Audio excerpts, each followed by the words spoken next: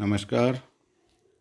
मैं Prahlad Kumar Meena, associate professor political science, BSR government arts college Alwar. इस ई content में आप सभी का स्वागत है। आज हम इस वीडियो के माध्यम से श्रमिक संघवाद के मूल्यांकन या समालोचना की विवेचना करेंगे, उसके संदर्भ में जानकारी लेंगे। यह video BA honours part first paper third जो राजनीतिक विचारधाराओं का है के लिए तैयार किया गया है। इससे पहले के वीडियो में हमने श्रम संघवादियों के साधन व कार्यक्रमों के जो रूपरेखा है उसके बारे में चर्चा की थी। एक बार संक्षेप में श्रम संघवादियों के जो साधन थे, व्यवसायों में जो स्थापित और स्वायत्त पूर्ण रूप से स्वायत्त जो संघ होंगे उनको किस प्रकार से स्थापित करेंगे और पूंजीपतियों के हाथ से कैसे उद्योगों पर अपना नियंत्रण स्थापित करेंगे, उनके साधनों के बारे में जो कार्यक्रम श्रम संघवादियों ने बताया था उसके बारे में हमने पिछले वीडियो में चर्चा की थी। उसका संक्षेप में यह है कि वो तोड़फोड़ और ध्वंस के आधार पे अपने स्वामित्व को स्थापित करने की बात वो करते हैं। हड़ताल के माध्यम से पूंजीपतियों का नुकसान करके वो व्यावसायिक उद्योगों पर अपना नियंत्रण स्थापित करना चाहते हैं। बहिष्कार के माध्यम से वो अपना प्रभुत्व उद्योगों पर स्थापित करने की बात भी करते हैं। और छाप और एक लेबल या छाप, उसके माध्यम से भी वो उत्पादित वस्तुओं पर श्रम संघ के छाप का या लेबल को लगाकर उसमें वो उद्योग धंधों के माल का बहिष्कार और श्रम संघों के माध्यम से जो तैयार उत्पाद है वो उस पर अपना छाप लगाकर उसको बाज़ार में बेचने की अपील कर सकते हैं या उसको इस तरह का वो कर सकते हैं। इस वीडियो में हम श्रम संघवादियों के जो समालोचना या मूल्यांकन का टॉपिक है उस संदर्भ में हम चर्चा कर रहे हैं। श्रम संघवादी की समालोचना का जो है उसमें हम पहले श्रम संघवादियों की आलोचना के संदर्भ में जानेंगे। इस विचारधारा की दो प्रकार से आलोचना की गई है। एक प्रकार की आलोचना उसकी कार्यप्रणाली मतलब तोड़फोड़, विध्वंस, बहिष्कार, लेबल, पूंजीपतियों को नुकसान पहुंचाना, मशीनों को ख़राब करना इत्यादि बहुत सारे हैं जो। और दूसरी तरफ एक प्रणाली तो आलोचना का बिंदु है उसकी कार्यप्रणाली, और दूसरी उसकी सामाजिक संगठन व्यवस्था संबंधी कल्पना के विरुद्ध की गई है। पहले हम श्रम संघवाद की जो कार्यप्रणाली है उसकी आलोचना के बिंदुओं पर चर्चा कर रहे हैं। श्रमिकों का जो आलोचना का पहला बिंदु है वो है श्रमिकों का राजनीति से अलग रहना उनके लिए अहितकर है। श्रमिक संघवादी राजनीति से अलग रहने की बात करते हैं। वो जो उनके कार्यप्रणाली में है और स्वयं अपने संघ स्थापित करके स्थानीय, जिला, राज्य स्तरीय, राष्ट्रीय और अंतर्राष्ट्रीय स्तर के संघ स्थापित करके अपने एक व्यवस्था की बात करते हैं और राजनीति से अलग रहकर वो अपने संघों को अलग पूर्ण स्वायत्तता के रूप में स्थापित करने की बात करते हैं। तो इसका मतलब ये हुआ कि वो राजनीति से अलग होकर अपना ये काम करते हैं जो श्रमिकों के लिए अहितकारी होगा। पहली जो आलोचना का बिंदु है, श्रमजीवियों का राजनीति से अलग रहना उनके हित में नहीं है। इनके राजनीति से अलग रहने का परिणाम यह होगा कि संपूर्ण राजसत्ता उनके विरोधियों के हाथों में रहेगी और वे उसका प्रयोग उनके विरुद्ध खुलकर करते रहेंगे। अतः राजनीति से अलग रहकर पूंजीपतियों के विरुद्ध संघर्ष करने में श्रमिकों की शक्ति उतनी नहीं रह सकती जितनी वह राजनीति में भाग लेकर संघर्ष जारी रख सकते हैं या कर सकते हैं। नंबर 2, जो कार्यप्रणाली के आधार पर आलोचना का बिंदु है वो है हड़ताल श्रमिकों के लिए कष्टप्रद होगी। और ये निश्चित है कि जिस श्रमिक का जीविकोपार्जन फैक्ट्री के संचालन के या मिल के या उद्योग धंधे के संचालन के माध्यम से ही होता हो और वो हड़ताल करके बैठ जाए तो निश्चित रूप से उस श्रमिक के जीविकोपार्जन का साधन जो उसको मिलता है वो उसके लिए नुकसानदायी या कष्टप्रद हो सकता है। ये उनके कार्यप्रणाली में जो हड़ताल है उसके बारे में कहा है कि हड़ताल श्रमिकों के लिए कष्टप्रद है। यह समझना श्रमिक संघवादियों की भूल है कि केवल हड़ताल द्वारा पूंजीपति इस बात के लिए बाध्य हो जाएंगे कि वे अपने संस्थानों को श्रमिकों के हाथों में सौंप देंगे। हड़ताल का परिणाम साधारणतः गरीब श्रमिकों के लिए बड़ा कष्टप्रद होगा, क्योंकि बड़े उद्योगपतियों को ज़्यादा प्रभाव नहीं पड़ता। लंबी हड़ताल में प्राय श्रमिकों की ही हार होती है और फिर पूंजीपतियों को और भी अधिक श्रमिकों को परेशान करने का अवसर मिल जाता है। हड़ताल अगर लंबी होती है तो श्रमिकों के जीविकोपार्जन का मुश्किल उनके सामने आ खड़ी होगी। पूंजीपतियों को बहुत ज़्यादा उससे फ़र्क पड़ता नहीं है और यदि हड़ताल असफल होती है या श्रमिकों की हार होती है उस स्थिति में पूंजीपति या उद्योगपति अपनी मनमर्जी के हिसाब से फिर उनका और ज़्यादा शोषण या उसको परेशान करने का काम करेगा। इसलिए जो कार्यप्रणाली में के आधार पर उनकी आलोचना की गई है वो है हड़ताल श्रमिकों के लिए कष्टप्रद। तीसरा जो आलोचना का बिंदु है वो है लूट व तोड़फोड़ से राष्ट्रीय हानि, क्योंकि विध्वंस को श्रमिक संघवादी अपने साधन और कार्यक्रम में स्थापित करते हैं वो भी उनके लिए नुकसानदेही है, क्योंकि इससे राष्ट्र की हानि होगी और राष्ट्र की हानि होगी तो निश्चित रूप से उसका श्रमिकों के प्रति समाज में एक बुरा संदेश जाएगा और वो श्रमिकों के लिए ही मुश्किल भरा होगा। अपने उद्देश्यों की पूर्ति के लिए श्रम संघवादी तोड़फोड़, ध्वंस आदि नीति का प्रतिपादन करते हैं। वे ऐसा इस दृष्टिकोण से करते हैं कि पूंजीपतियों को हानि होगी, परंतु उनका यह दृष्टिकोण संकुचित तथा त्रुटिपूर्ण है। ऐसा करने से केवल पूंजीपतियों को ही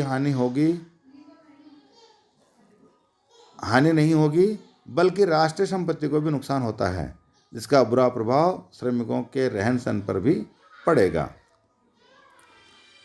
चौथा जो कार्यप्रणाली के आधार पर इनकी आलोचना का बिंदु है वो है लूट व तोड़फोड़ का विचार अदूरदर्शितापूर्ण है।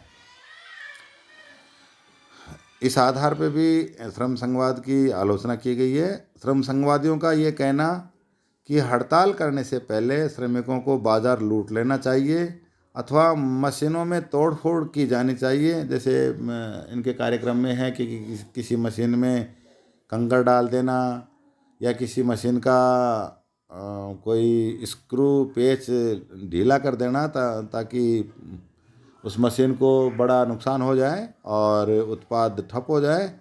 तो ये जो उनका दृष्टिकोण है, उनका विचार है, ये त्रुटिपूर्ण है, अदूरदर्शिता का प्रतीक है कि श्रमिकों को पहले तो बाजार लूट लेना चाहिए अथवा मशीनों में तोड़फोड़ की जानी चाहिए, परंतु उनका यह विचार अदूरदर्शितापूर्ण है।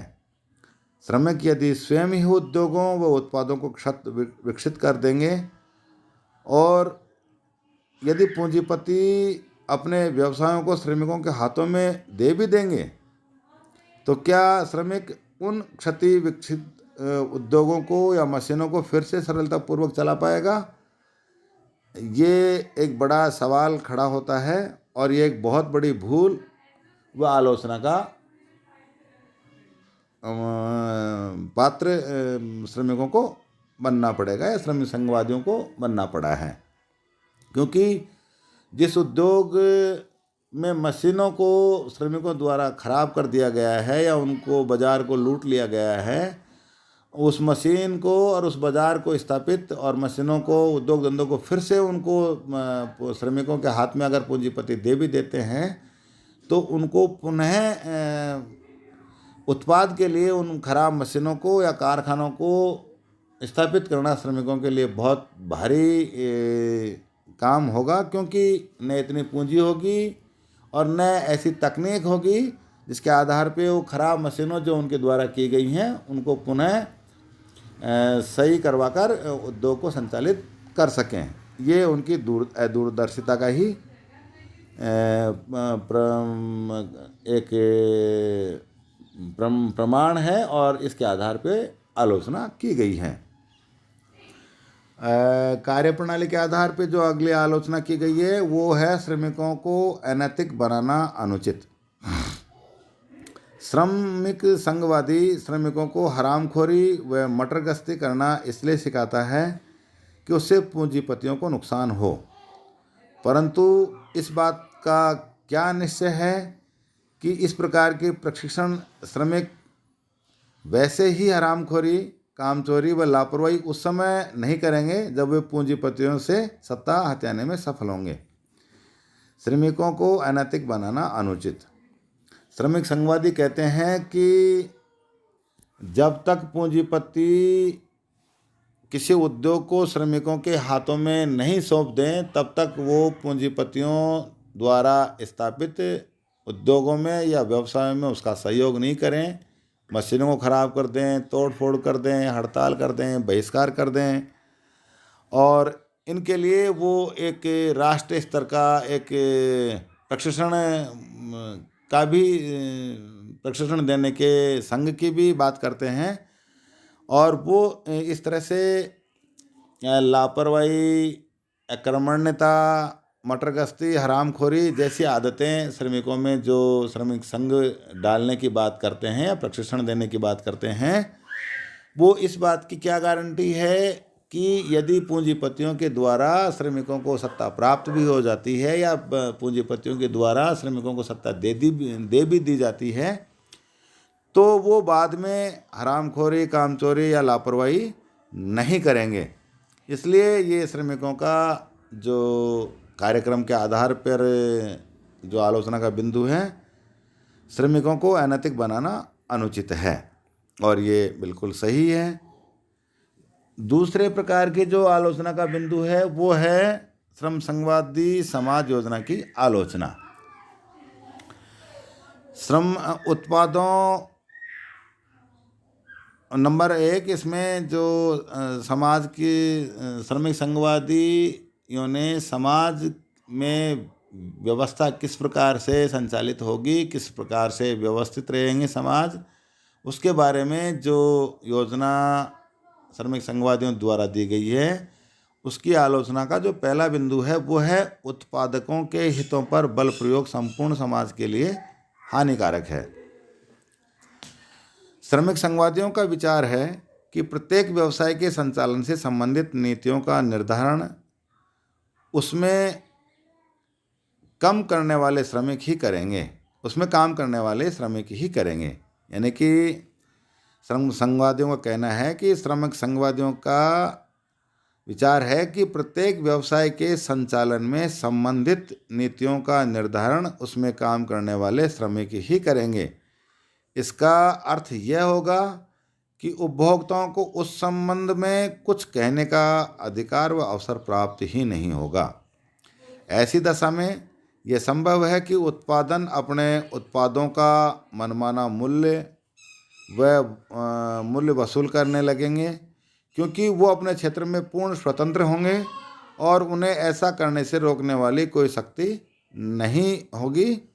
इस प्रकार उत्पादक व उपभोक्ता के रूप में व्यक्ति के हितों में असंतुलन पैदा होगा और उसका समाधान संभव नहीं होगा। और यह भी संभव है कि किसी लाभप्रद व्यवसाय से संबंधित संघ के सदस्य केवल अपने ही लोगों को संघ में शामिल कर एकाधिकार प्राप्त कर सकते हैं। ऐसी आलोचना श्रमिक संघवादी समाज योजना की गई है कि उत्पादों के हितों पर बल प्रयोग संपूर्ण समाज के लिए हानिकारक सिद्ध होगा, जो उनकी समाज योजना है उसके अनुसार। नंबर 2, जो समाज योजना के आधार पर आलोचना का बिंदु है वो है सब कार्यों में अनियंत्रित स्वशासन से हानि की संभावना। अनियंत्रित स्वशासन किसी भी क्षेत्र का हो वो लाभकारी नहीं होकर हानिकारक होता है। ये किसी भी क्षेत्र में इसको अपनाने पर लाभ के स्थान पर हानि होने की ज़्यादा संभावना रहती है। और ये श्रम संघवादियों के समाज व्यवस्था की जो योजना है उसका दूसरा आलोचना का बिंदु है। कुछ कार्य ऐसे होते हैं जिसमें उन लोगों का ही प्रबंध होना अनिष्टकारी होता है जो उसमें काम करते हैं। जैसे यदि सैनिक लोग ही सेना का प्रबंध करें या पुलिस वाले ही पुलिस वालों का प्रबंध पूर्ण स्वतंत्रता पूर्वक और किसी नियंत्रण के बाहर निकलकर करें तथा उन पर किसी प्रकार का कोई नियंत्रण न हो, तो उसमें जो अराजकता फैलेगी उसकी कल्पना करना भी भयावह लगता है या भयानक है। तो समाज योजना के आधार पर जो दूसरी आलोचना है कि सभी कार्यों में अनियंत्रित स्वशासन से हानि की संभावना ज़्यादा होगी। तीसरा जो आलोचना का बिंदु है वो है व्यावसायिक उन्नति के स्थान पर हानि की संभावना। श्रमिक संघवादी विचारधारा के अनुसार व्यवसायों पर श्रमिकों का एक छत्र या पूर्ण नियंत्रण रहेगा। श्रमिक लोग स्वभावतः सदा यही चाहते हैं कि वो बेरोजगार न होने पाएं और व्यवसाय के क्षेत्र में किसी नवीन आविष्कार का प्रयोग का परिणाम यह होता है कि श्रमिक बेकार हो जाते हैं। यद्यपि उससे उत्पादन में वृद्धि अवश्य होती है, अतः श्रमिक व्यावसायिक प्रगति को पसंद नहीं करेंगे, जिससे व्यावसायिक प्रगति रुक जाएगी।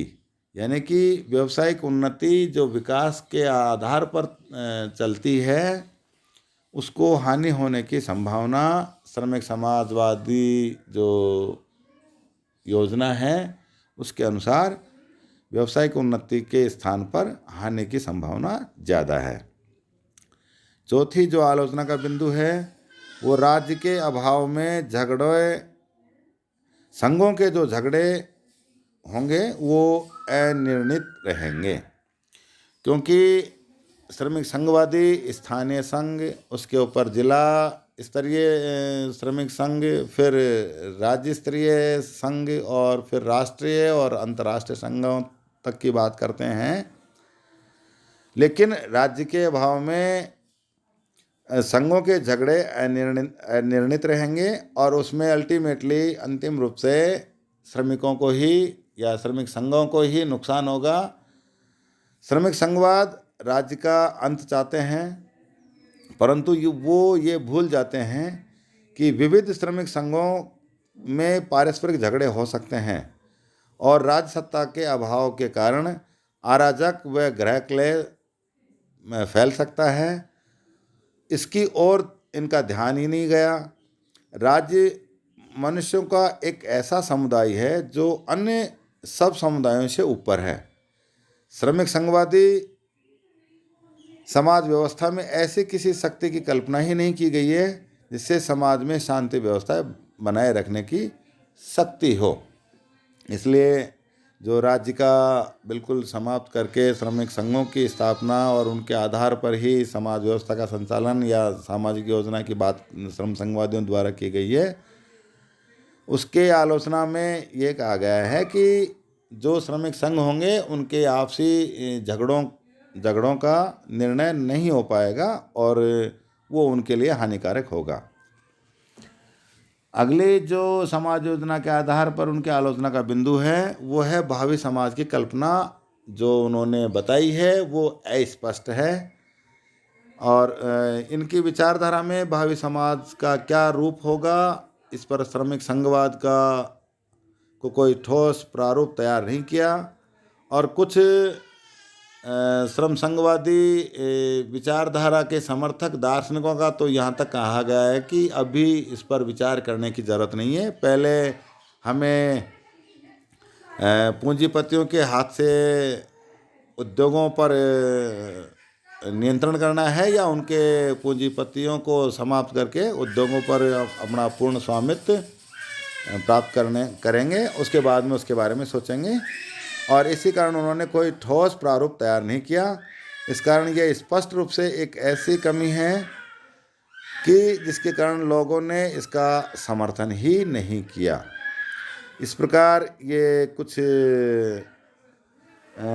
समाज व्यवस्था या समाज योजना के आधार पर आलोचना है और कुछ कार्य प्रणाली की जो आलोचना थी के आधार पर हमने श्रमिक संघवाद के कार्यक्रमों का और समाज व्यवस्था की समालोचना की। अब मूल्यांकन और निष्कर्ष रूप में हम इसको कह सकते हैं कि अपने राज्य विरोधी, युद्ध विरोधी एवं देश विरोधी सिद्धांतों के साथ श्रमिक संघवाद प्रथम विश्व युद्ध से पूर्व फ्रांस में खूब पनपा। इंग्लैंड भी इसके प्रभाव से अछूता नहीं रहा। प्रथम महायुद्ध या विश्व युद्ध में उनको इन सिद्धांतों का परीक्षा का समय आया जब श्रमिक संघवाद पूर्णतः असफल रहा। इनको अपना राज्य विरोधी व युद्ध विरोधी दृष्टिकोण छोड़ना पड़ा तथा साथ ही देशभक्ति का भी परिचय देना पड़ा, जिसका ये विरोध करते हैं अपनी कार्य योजना में और अपनी विचारधारा में। जब जर्मनी ने फ्रांस पर आक्रमण किया तो श्रमिक संघवादियों को अपना आंदोलन समाप्त कर सरकार के साथ सहयोग कर देश की रक्षा करनी पड़ी। युद्ध के पश्चात श्रमिक संघवाद का उग्र रूप समाप्त हो गया। उसके समर्थक शांतिवादी व लोकतांत्रिकवादी बन गए। उनकी विचारधारा में बड़ा परिवर्तन यह भी आया कि वर्ग संघर्ष के स्थान पर व्यावसायिक पारस्परिक सहयोग जरूरी है। श्रमिक नेताओं ने समझौतापूर्ण नीति पर चलकर ऐसी योजनाओं को प्रस्तुत किया जिनके अनुसार सार्वजनिक संपत्ति वाले व्यवसायों पर उत्पाद व उपभोक्ता के समान नियंत्रण की बात प्रतिपादित की गई। राज्य का महत्वपूर्ण स्थान भी स्वीकार हुआ और ये मानने लगे कि राज्य विहीन समाज की कल्पना हितकर नहीं है।